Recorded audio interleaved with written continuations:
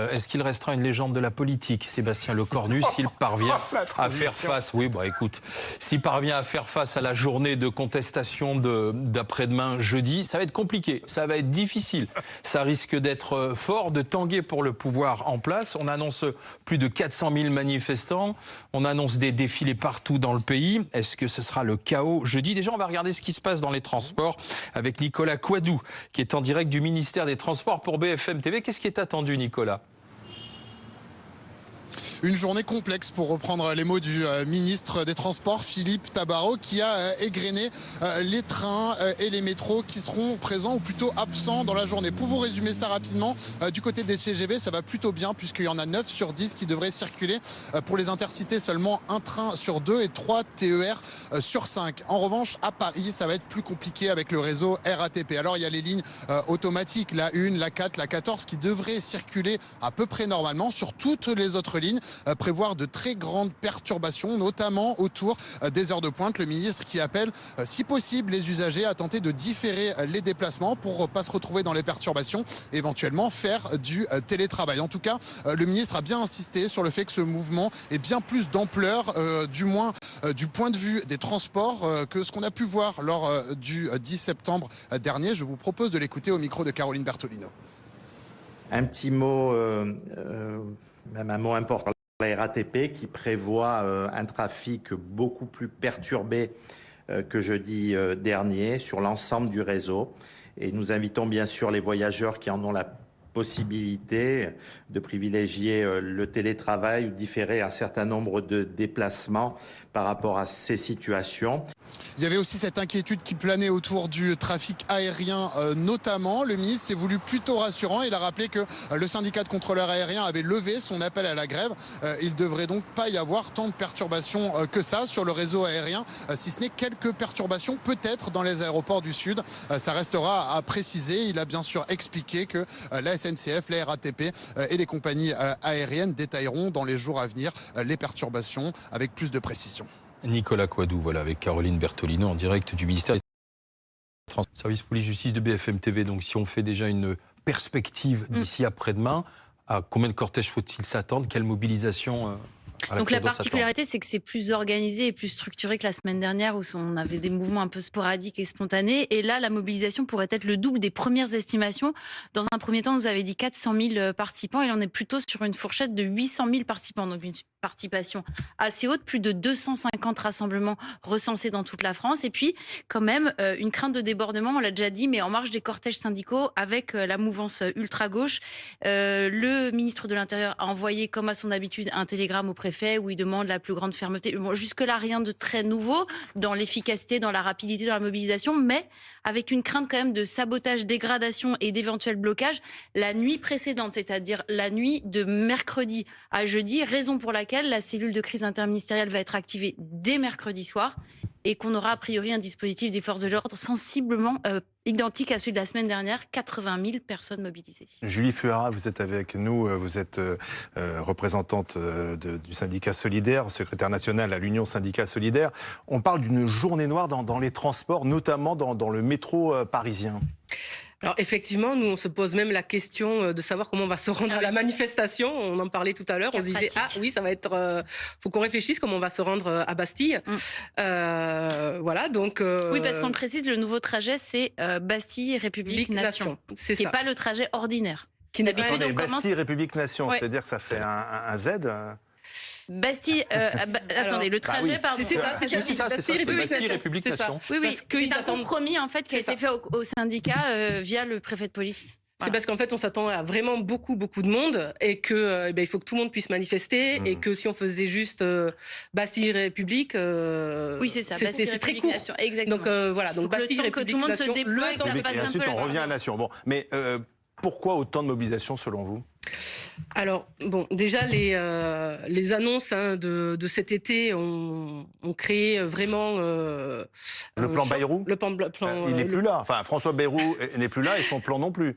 Ni les jours fériés. Ni les jours fériés, effectivement. Malgré mais il y a cela, tout le reste aussi qui est à revoir. Voilà, il y a le gel du point d'indice qui, pour l'instant, n'est pas remis en question pour les fonctionnaires. Il y a les jours de carence qui ne sont pas non plus encore remis en question. La réforme des retraites. Il y a la réforme des retraites qui revient aussi sur le tapis. C'est pour faire pression sur le nouveau Premier ministre, Monsieur Lecornu? C'est pour faire pression sur le nouveau Premier ministre, c'est pour rappeler qu'il faut vraiment qu'on change de cap. Voilà, nous on pense qu'il nous faut vraiment un mouvement social fort si on veut vraiment changer de cap. Cette politique qui dure depuis 2017 de restriction des budgets publics, elle est aujourd'hui, elle arrive à son terme, elle est néfaste. Ça fait exploser une colère sociale. Effectivement, le mouvement du 10, il a été même encore plus important que même ce que nous on avait pensé. Mais en tant que syndicaliste, je dis c'est complémentaire avec le mouvement Bloquons Tout, ou c'est autre chose? Alors c'est même encore plus fort que le mouvement Bloquons Tout, dans le sens où il y a l'ensemble de l'intersyndicale qui appelle à se mobiliser, ce qui ne s'était pas vu depuis les dernières manifs qu'il y avait pu y avoir autour de la lutte contre la réforme des retraites. Mais il peut y avoir aussi de l'hybridation, c'est-à-dire qu'il peut y avoir des cellules Bloquons Tout qui vont rallier les cortèges intersyndicaux. Ça peut se faire. Ça se fera, c'est sûr, parce que en fait, les gens qui sont dans Bloquons Tout, ce sont des travailleurs et des travailleuses. Il y a des préavis de grève dans tous les secteurs, et vraiment, alors oui, ça va être une journée noire dans les transports, mais pas que.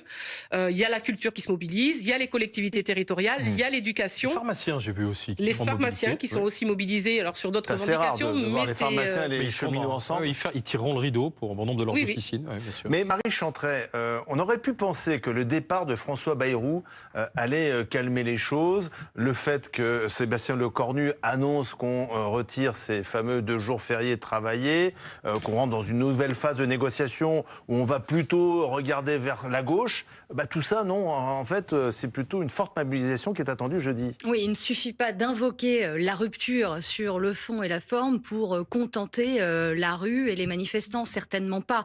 Et ça, Sébastien Lecornu, Matignon et l'exécutif plus largement l'ont quand même bien entendu. Comment ils vont analyser, regarder ce qui va se passer jeudi? Déjà, ces premiers chiffres que nous annonce Pauline Revenat, ces prévisions, jusqu'à 800 000 manifestants, on était à 200 000 environ le 10 septembre dernier. 800 000, on retrouve des mobilisations qu'on a connues notamment... Lors de la mobilisation des retraites. Des retraites, un peu plus pour les retraites, mais les projections, ça devait être à peu près semblable. Donc on observe ça entre une forme d'attentisme et de grande attention, notamment du côté de la place Beauvau chez Bruno Retailleau, entre, vous savez, cette ligne de crête un peu délicate, c'est-à-dire attention à la crainte de débordement, à ce qui pourrait se passer, et Bruno Retailleau là-dessus est toujours très vindicatif, et en même temps préserver ce droit de grève, parce qu'il s'agit de cela aussi aujourd'hui. Et aujourd'hui, le droit de grève doit être respecté. Pour Bloquons Tout, il y avait combien de policiers mobilisés? 80 000. Ouais. Et là, on a le même étiage de policiers mobilisés. Oui, mais c'est pas la même, la même physionomie, si je peux dire. Pour une mobilisation qui sera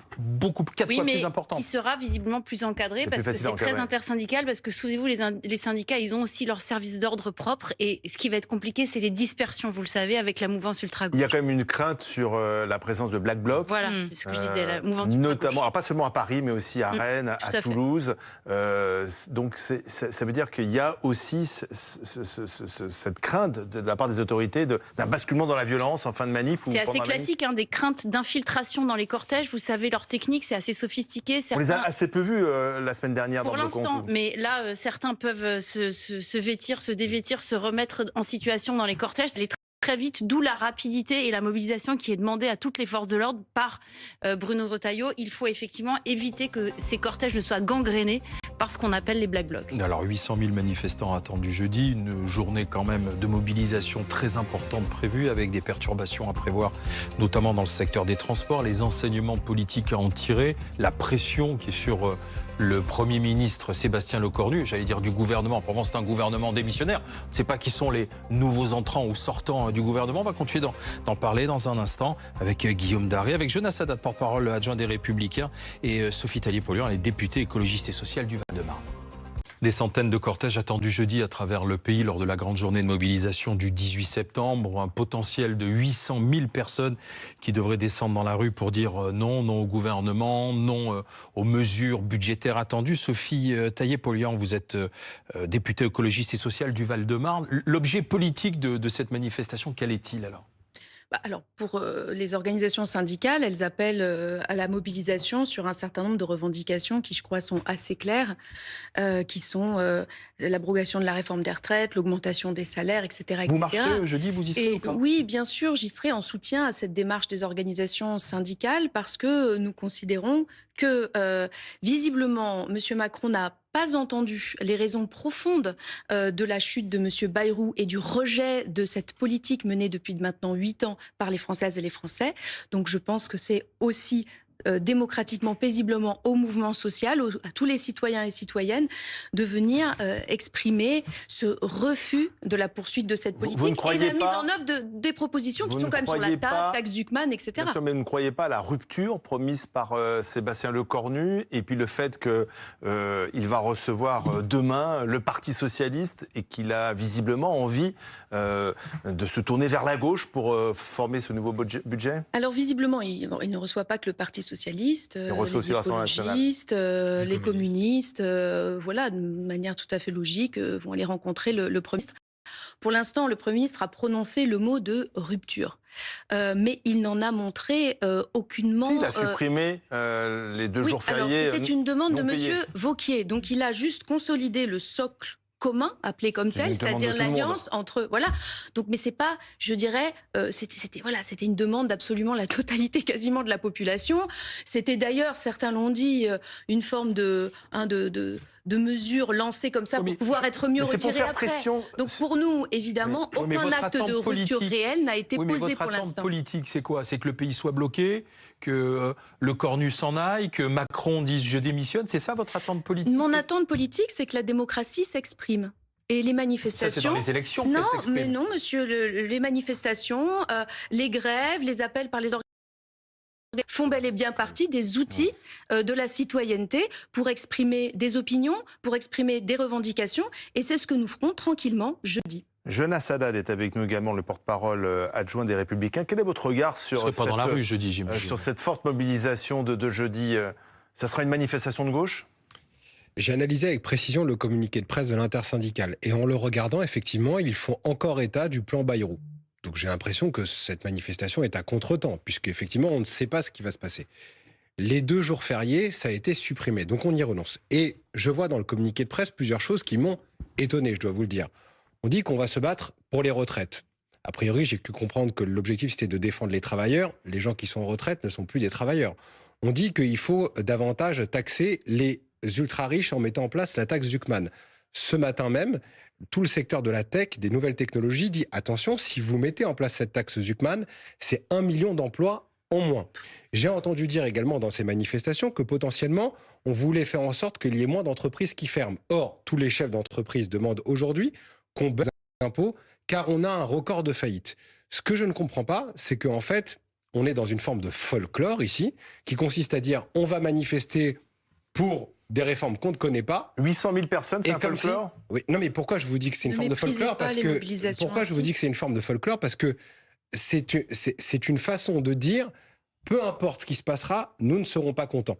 Et donc, moi, reconnaissez que nommer Sébastien Lecornu, l'un des plus proches depuis 2017 d'Emmanuel Macron, ça peut être vu comme une provocation, notamment par la gauche, qui, depuis la dissolution et l'échec du bloc central aux élections législatives, réclame le pouvoir, en quelque sorte, ou en tout cas, une politique de gauche. Changement de politique. Je comprends ce que vous dites, mais je veux juste dire quand même que la situation de notre pays n'est pas neutre. Dégradé il y a quelques jours. Donc c'est pas le moment de bloquer, de faire grève. Alors, je suis allé chercher les statistiques, madame, comme ça vous allez les avoir. Lorsqu'on fait une journée de grève, c'est 1 milliard dans le PIB en moins par an. Donc quand aujourd'hui on cherche des milliards à gratter par ici... Milliard, ça me paraît beaucoup sur une journée de grève. Je vous enverrai toutes les projections de la plupart des économistes.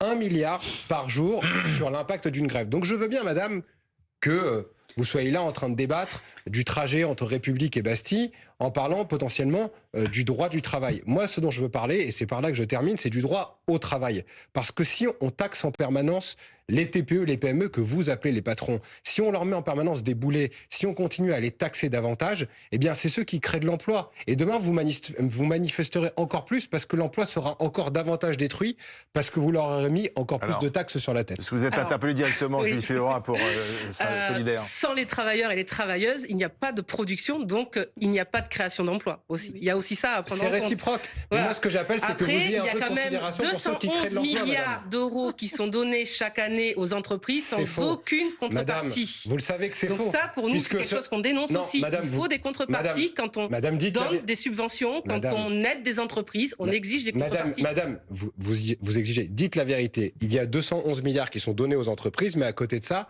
on a le plus gros taux d'imposition dans l'OCDE. Donc ce qu'on leur impose d'un côté, on leur redonne de l'autre. Donc ne faites pas comme si on ne faisait que donner aux entreprises.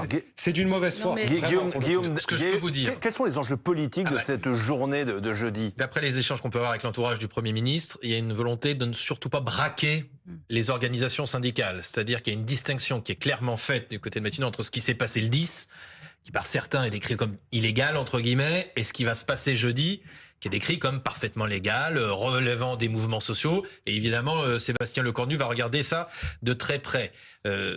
Faut souligner aussi que s'il a reçu les organisations syndicales avant même certaines organisations politiques, puisque ce sera demain les socialistes, les communistes et les écologistes, c'est qu'il a voulu aussi adresser un signal politique en échangeant avec Sophie Binet, avec Marie-Lise Léon, avec Force Ouvrière. Est-ce que tout ça, est-ce que c'est passé auprès de l'opinion publique? Parce que si Pauline Ronat nous dit que les renseignements attendent 800 000 personnes, les gestes ou les rencontres de Sébastien Lecornu n'ont pas d'impact pour l'instant. En tout cas, ça lui a permis de nourrir, c'est ce qu'on me dit, la réflexion est ce qu'il va annoncer d'ici quelques jours ou quelques semaines. Et d'ailleurs, les retours de certains syndicats ne sont pas si mauvais et plutôt positifs et bienveillants. Et les mauvaises langues diront même qu'il y a le sentiment qu'il y a plus de propositions, plus de choses intéressantes dans les organisations syndicales que dans les forces politiques qui sont un peu dans une opposition frontale, effectivement, avec le Premier ministre. Et ça peut presque, son job, c'est de convaincre les partis de ne pas le censurer. Oui, c'est pas les organisations syndicales qui cherchent à la chambrer. Ce qui va être un peu compliqué, effectivement, jeudi, c'est qu'il va y avoir juste Sébastien Lecornu. Ce que vous le disiez, il y a un gouvernement démissionnaire. Donc, ils vont un peu boxer dans le vide. C'est-à-dire, il n'y a pas de ministre de l'économie officiellement en face, il est démissionnaire. La ministre du Travail, c'est pareil. Donc là, ça va être compliqué, que ça va finalement concentrer les choses sur Sébastien Lecornu, mais et sur Emmanuel Macron aussi. Ça peut aussi un peu le servir parce que on sait qu'il y a une volonté dans le bloc central de dire il va falloir céder des choses. Ils le disent en coulisses, y compris au parti socialiste, des choses visibles. Qu'est-ce qui reste à céder ? Non, mais une mobilisation forte peut servir Sébastien Lecornu qui dira, notamment à la droite, aux Républicains, voyez, il y a eu 800 000 personnes, 1 million de personnes, il faut bien céder certaines choses. Par exemple, sur la meilleure répartition de l'effort fiscal, sur la taxation des plus hauts revenus, on sait que c'est dans les tuyaux. Sur la réforme des retraites ? Et que Sébastien Lecornu l'a abordé ce week-end dans la presse quotidienne régionale. Une davantage d'imposition ou la taxe Zuckman, on sait que ça fâchera la droite, dans le bloc central, la droite. Alors, je vais le faire en deux temps. La taxe Zuckman, déjà, si on pouvait arrêter de présenter M. Zuckman comme un économiste de référence, il a été refusé d'Harvard, il a été l'artisan du programme économique de la NUPES. Donc une fois que j'ai enlevé ça et qu'on arrête de nous parler de la taxe Zuckman matin, midi et soir, il faut aussi rappeler que a été voté à l'Assemblée une contribution exceptionnelle sur les hauts revenus. A été votée à l'Assemblée la taxe Zuckman, monsieur. Qui existe déjà. Oui, mais elle a été retoquée par le Sénat.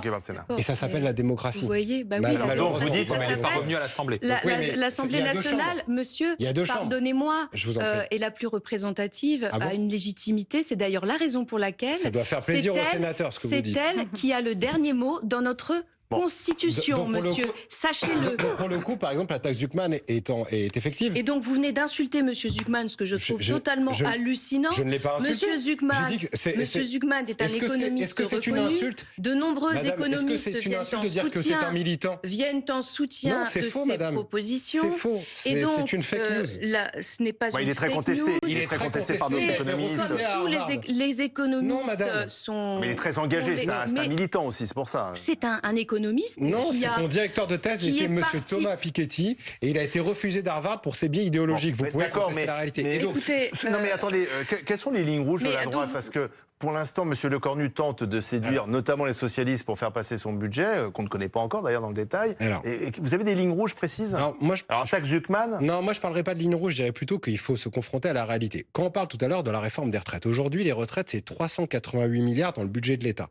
Et on a bien vu qu'avec l'évolution démographique, revenir sur la réforme des retraites, on ne serait pas dégradé à A à moins, on serait dégradé à B immédiatement. C'est-à-dire que ce que nous vivons actuellement, c'est-à-dire que nous donnons beaucoup d'argent à des prêteurs étrangers, on donnerait encore beaucoup plus. Le conclave avait montré qu'il y avait des avances. Attendez, le conclave avait montré qu'il y avait des avancées. Parle de démocratie, il n'entend pas la volonté de 80% des Françaises et des Français. Donc c'est un petit peu gênant. 80% des Français et des Françaises sont pour la réduction de l'immigration, pourtant vous êtes contre. Donc si. Non mais sur la pénibilité par exemple, vous le dites ainsi, je ne suis pas d'accord avec vous. D'accord, pardon, oui. Sur la pénibilité, on va essayer de chacun de se parler, sinon on ne comprend rien. Mais sur la pénibilité, par exemple, il n'y a pas des choses à faire. Le conclave l'avait montré. Non, moi je pense qu'il y a des avancées à faire, mais sur le fond de la réforme des retraites, à savoir notamment les systèmes d'âge, il y a une pyramide démographique qui n'est plus une pyramide. Nous nous basons aujourd'hui sur un système qui est hérité des années 60, dans lequel il y avait un baby-boom. On parle tous des boomers. D'accord, c'est une réalité concrète. Et aujourd'hui, il y a de moins en moins de personnes qui sont en capacité de travailler. Et il y a beaucoup moins d'actifs pour le nombre de personnes qui contribuent. Donc il faut travailler plus longtemps. Mais c'est mathématique. Et c'est pas nous qui le disons. Que pour certains Français, c'est un effort plus difficile que d'autres, notamment ceux qui ont des travaux. Mais c'est évident. Et c'est en cela que la pénibilité doit être prise en charge. Donc ça, c'est quelque chose qui est difficile. Deuxièmement, encore une fois, je le dis, nous avons atteint cette année, je veux bien que vous soyez militante, mais 70 000... Oui, mais vous l'êtes aussi, monsieur, c'est pas mais moi, je l'assume, c'est la différence. Mais moi aussi, monsieur, je suis élu de la République sur un programme précis. Donc il y a aucun problème. Avons aujourd'hui, cette année, un record de faillites. 70 000 entreprises ont mis la clé sous la porte. Oui, parce que vous aidez bien plus les grandes entreprises que les petites. Ce sont elles qui ont besoin d'aide. Si on leur rajoute des impôts supplémentaires à ces TPE et PME... Mais personne ne parle de ça, monsieur. Mais si, puisqu'il y a des demandes de mettre davantage d'impôts. Donc nous, sur les grandes entreprises et sur les très très hauts patrimoines. Si, monsieur, je connais nos revendications, monsieur. Nos revendications, c'est sur quelques milliers de très hauts patrimoine à 100 millions d'euros. Alors ce ne sont pas les TPE et les PME, pardonnez-moi. Donc oui, je connais Mistral. Voilà. Et donc, Mistral, dont vous parlez, qui seront ciblés par la taxe Zuckman, qui n'est, rappelons-le, qu'un rattrapage. C'est-à-dire le fait de dire... Non, sur l'outil professionnel, ça n'a jamais été fait. Non, madame, même l'ISF n'était pas sur l'outil professionnel. Un rattrapage dans le sens où la taxe Zuckman, tout le monde contribue à un certain niveau. Mais ce qu'on lui reproche, c'est de taxer l'outil professionnel. S'il y a des holdings qui sont faites pour mettre de côté une certaine partie du patrimoine afin qu'il échappe à l'impôt, alors il faut que ça s'arrête. Il faut que tout le patrimoine... Tout l'écosystème de la tech française a communiqué ce matin en disant que si vous mettez en place cette taxe militante, il va y avoir 1 million d'emplois détruits en moins, notamment dans le secteur de la tech. Je reprends l'exemple de Mistral. Si aujourd'hui la taxe Zuckman... Mistral, c'est l'entreprise de l'intelligence artificielle. Mistral, c'est cette entreprise leader de l'intelligence artificielle. Je préfère que ça aille chez des entreprises françaises. Ce ne sont pas des multimilliardaires, des ultra-riches qui accaparent de la richesse. C'est des gens qui créent de l'emploi en France. Mais si vous mettez en place votre taxe, ma question, c'est pas le fait de savoir est-ce qu'il va y avoir un exil fiscal des plus riches. Je vais vous dire, dans le fond, ça m'importe peu. Ce qui m'importe, c'est que demain, ceux qui veulent entreprendre, ceux qui veulent créer, ceux qui veulent innover en France, ne le feront plus en France. Alors on sera bien content, mais on n'aura plus d'emplois en France. Donc on n'aura plus nos yeux pour pleurer. Alors, répondez à ça. Pardonnez-moi, mais il y a beaucoup de choses qui sont dites. La réalité, c'est que si l'on taxe ces patrimoines, c'est parce qu'ils sont mis de côté dans des holdings, dans un but d'optimisation fiscale, voire de fraude fiscale. C'est pas le cas de Mistral. Mais vous imaginez ce que vous racontez, madame? Énormément. Mais pardonnez-moi, laissez-moi terminer. Laissez-moi terminer. Non, mais là, vous portez une accusation qui est fausse. Non, mais je ne parle pas de Mistral. Je parle des hauts patrimoines en général qui font des holdings spécifiquement pour mettre de côté. Donc la holding, c'est de la fraude. Pour mettre de côté un certain nombre d'éléments de leur patrimoine sous couvert que ce soit du patrimoine professionnel afin d'échapper à l'impôt. Cela ne peut plus durer. J'ai l'impression que vous ne connaissez pas le monde de l'entreprise aujourd'hui. Franchement, la holding, c'est pas une fraude. Ne paye pas autant d'impôts en proportion que la plupart des Françaises et des Français. Mais c'est faux. Ça suffit. C'est pas vrai, ils payent des impôts. Il y a l'impôt sur les sociétés, il y a l'impôt sur les dividendes. Mais l'impôt sur les sociétés, c'est pas les gens, c'est les sociétés, monsieur. Mais la taxe Zuckman, c'est les sociétés. Mais madame, l'argent des sociétés ne tombe pas du ciel. L'argent des propriétaires des sociétés qui mettent de côté et qui récupèrent des dividendes doivent contribuer la taxe Zuckman, c'est sur l'outil professionnel. Écoutez, les hauts patrimoine doivent contribuer davantage. C'est notre proposition, parce qu'aujourd'hui, il y a énormément de dispositifs qui leur permettent d'échapper à l'impôt, ce qui fait que l'injustice fiscale est au cœur de nos revendications. L'entretien entre Sébastien Lecornu et les écologistes serait intéressant à suivre demain s'ils refusent la taxe Zuckman. Mais est-ce que, pardon, avant d'enchaîner sur les avantages des premiers ministres, est-ce que Sébastien Lecornu peut faire un pas? Alors effectivement, les hauts revenus ont déjà contribué davantage dans le budget précédent. Est-ce qu'il peut aller plus loin sans fâcher la droite? C'est toute l'équation, mais il y a une volonté de dire de toute façon, il sera obligé de le faire. Lui-même est convaincu qu'il y a une voie de passage avec la gauche, mais qu'il sera obligé de faire un geste, et il sait très bien que c'est sur cette question d'une meilleure justice fiscale qu'il faut le faire. Il a fait un geste symbolique, on le disait, sur les premiers ministres. Maintenant, il faut faire un geste qui est davantage que symbolique sur la question des plus hauts revenus. Si on demande des efforts aux Français, il faut aussi qu'au sommet, on donne l'exemple. C'est ce qu'a dit Sébastien Lecornu. Tous les avantages des anciens premiers ministres, 17 d'entre eux qui en profitent encore, qui vont être revus. On vous détaille ça dans un instant et on en discute bien évidemment.